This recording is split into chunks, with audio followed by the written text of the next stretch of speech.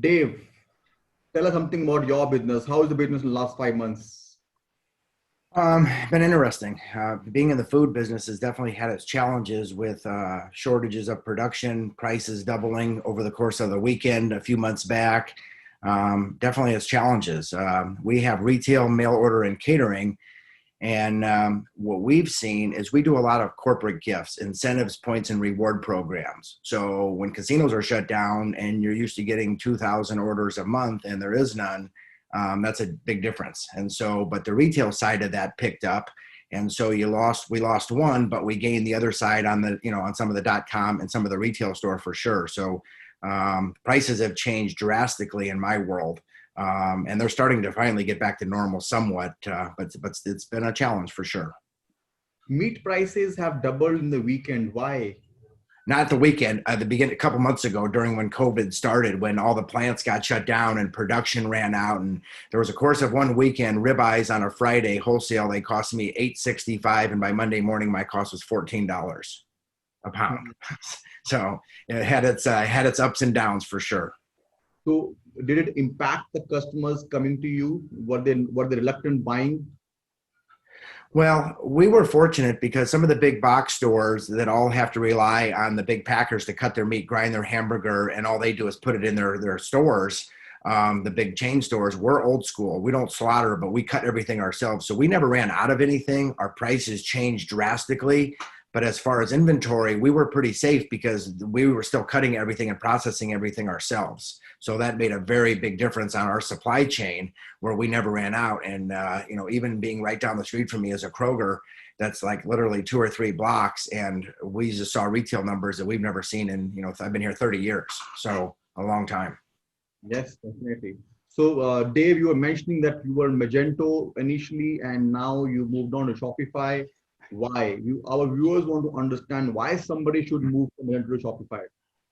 Well, I can tell you that one of the biggest reasons is one of the only people that's been on Shark Tank twice, and Mark Cuban is my partner. And so the first time we aired, we were on a Magento platform. We actually had a software glitch, and I shipped $165,000 twice. I got paid for once, so it was catastrophic. So Shopify really streamlined the updates and the processes, and we use something called ShipWorks that bridges between our shipping stations, and so it's all automated now. And it's just Shopify has been really good for us. Hmm. So, what business of yours is online, and how much is offline?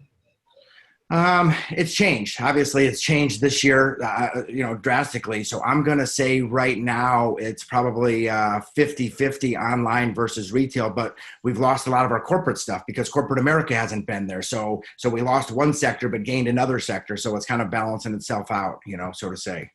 Hmm. So, were you planning for this moving business online, or did it happen automatically? Well, let me tell you this. The first time we aired on Shark Tank in 2012, 2013, in 12 hours, I had 1.2 million hits. And so our website, we re-air on the re-air 17, 18 times a year. So every time we re-air, we see a very big significant spike in viewers. So we're always monitoring that and checking that as we go. And so we know we get a lot of extra traffic just because of the organicness of the show. Excellent. How do you plan to retain this growth on Shopify? You got a lot of bunch of new customers that are coming to you on Shopify.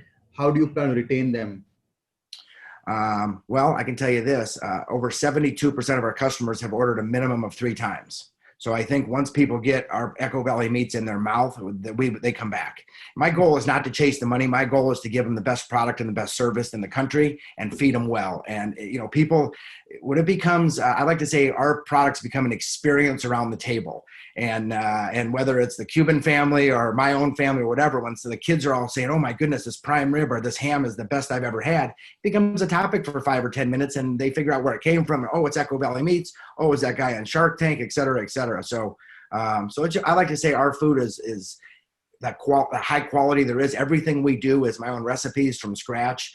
Like you were saying, I went to Germany and Denmark back in 2000 and got trained overseas. And so it's a lot of proprietary stuff. It's old fashioned stuff.